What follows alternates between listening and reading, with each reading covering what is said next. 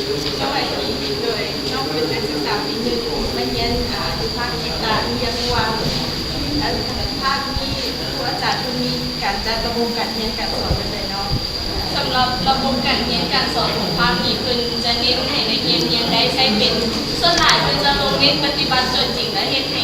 เป็นการฝึกฝนนักเรียนให้นักเรียนสามารถนำไปใช้ได้แต่ว่าคันเรียนน้ำตุ้มตำรานี่เพิ่นก็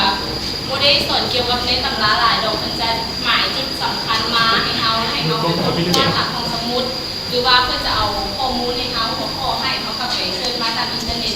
หรือว่าการเฮ็ดเวียกอีหยังต่างๆของโปรเกอร์ที่โปรเกอร์เคยที่เฮ็ดผ่านมาจะมีการจัดบอร์ดสินะโปรเกอร์ต้องได้ลงไปเก็บกับข้อมูลตัวจริงคือวิชาแนวในโรงเรียนที่โปรเกอร์ก็ต้องได้ลงไปโรงเรียนแท้ๆไปหาสัมภาษณ์นักเรียนว่าความรู้สึกเปิดเรียนหรือว่าเขาสิอยากเรียนอีหยังในเมื่อตอนที่เขาจบมาแล้วแลกกับความสัมพันธ์ภายในห้องของนักเรียนเองหรือว่าวิชาจิตครอบครัวที่ผ่านมาได้พวกเอ้ยก็มีให้เบิ่งพวกเอ้ยก็ลงไปเก็บกับข้อมูลตัวจริงมาจากงานจากครอบครัวที่เป็นตัวแบบน้องๆเปิดตรงนี้ทุ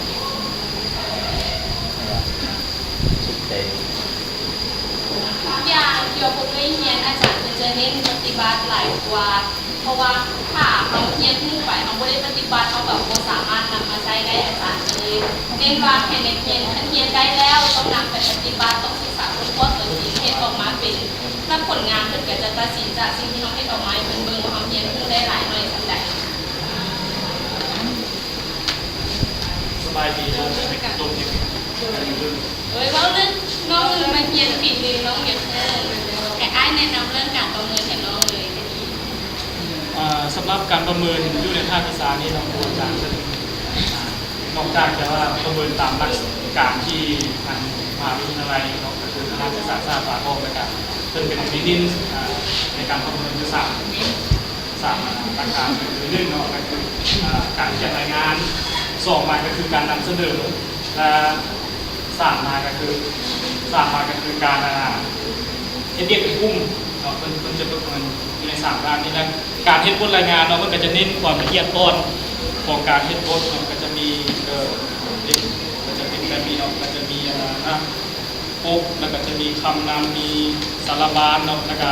เพิ่นก็จะเน้นเรื่องเนื้อในของการเขียนขั้นตอนในการเขียนแล้วว่ามีเนื้อในเนื้อหาอย่างไรเนาะที่ตามตัวข้อมันให้เนาะแล้วก็สุดท้ายมาก็คือเอกสารอ้างอิงที่ว่าเขาไปสอบได้เขาไปเอามาเป็นการยืนยันว่าเขาได้สอบได้จากแหล่งข้อมูลต่างๆเกี่ยวกับเราจะมีเอกสารอ้างอิงเนาะแล้วอันที่สองมันก็คือการประเมินการนำเสนอเนาะมันก็จะเน้นเวลาที่ว่าเขาขึ้นมาเสนอเรามันก็จะประเมินที่ว่าการที่ว่านักศึกษาคนนั้นทำการแสดงว่าเรามีความมั่นใจในอะไรว่าขึ้นมานะมีการมั่นใจว่าสนับสนุนอย่างให้ผู้ฟังเนาะการอันที่สองก็คือจะเน้นใส่การอธิบายเนื้อในบทเรียนท่านเราแล้วก็ใส่ท่าทางประกอบในการอธิบายท่านเราว่าเขามีท่าทางมีจังหวะมืออะไรเนาะจังหวะน้ำเสียงอะไรเราประกอบใส่บทท่านเนาะด้านที่สามมาก็คือเพื่อนก็จะประเมินอยู่วิธีการเขายกตัวอย่างขึ้นมาเทียบใส่กับบทเรียนท่านว่าเขายกตัวอย่างที่มันลักษณะแปลว่ามู่คู่มันสามารถเห็นภาพได้เหมือนเราสามารถเห็นภาพได้แล้วก็ซึ่งเป็นประเมินบทนั้นแต่ว่าเน้นใช้เพราะว่าเขายกขึ้นมาแล้วตัวอย่างที่เขายกขึ้นมาแล้วเห็นให้มู่มันมีความสนใจเกี่ยวกับการเอานำเสนอท่านเนาะด้านที่สามมาคือการประเมินจากการเทียบเป็นกลุ่มเนาะมันก็จะเบิ่งในการวางแผนการเทียบของพวกเขาในกลุ่มนั้นเนาะแบ่งกลุ่มนักศึกษาจะอาจจะมีอยู่ในห้องจะมีจำนวน30 คนเนาะก็จะแบ่งเป็นพวกกลุ่มบนว่า5 กลุ่มเนาะไปเทียบพร้อมกันเนาะแล้วมันก็จะเบิ่งในการวางแผนว่าเขามีการวางแผนอะไรในการเทียบกันและการที่2มาก็คือมันจะเบิ่งในการ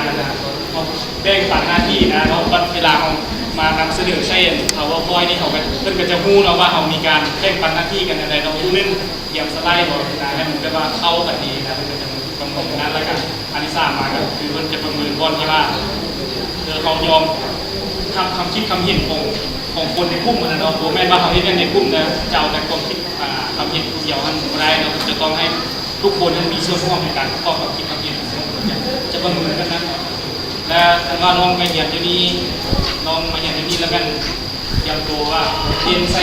การปฏิบัติตัวจริงเป็นหลักเนาะเพราะว่าเรื่องเอกสารเพราะว่าจะซีเป็นการให้จะบอกข้อแล้วก็เป็นผู้ศึกษาเองเนาะเป็นทีได้แนะนำผ่านไปสมัยแล้วมันทำไปสอบเองคนก็เองเรียนรู้ด้วยตัวเองเนาะนี่มีแต่ว่าเป็นแนะนำที่ผ่านไปซื้อแล้วกัน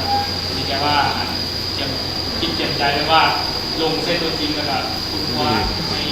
ให้ท่องถึงเกี่ยวกับหัวข้อและเรื่องการดำเนินเรื่องโฆษณา ไม่เข้าใจเลยล่ะ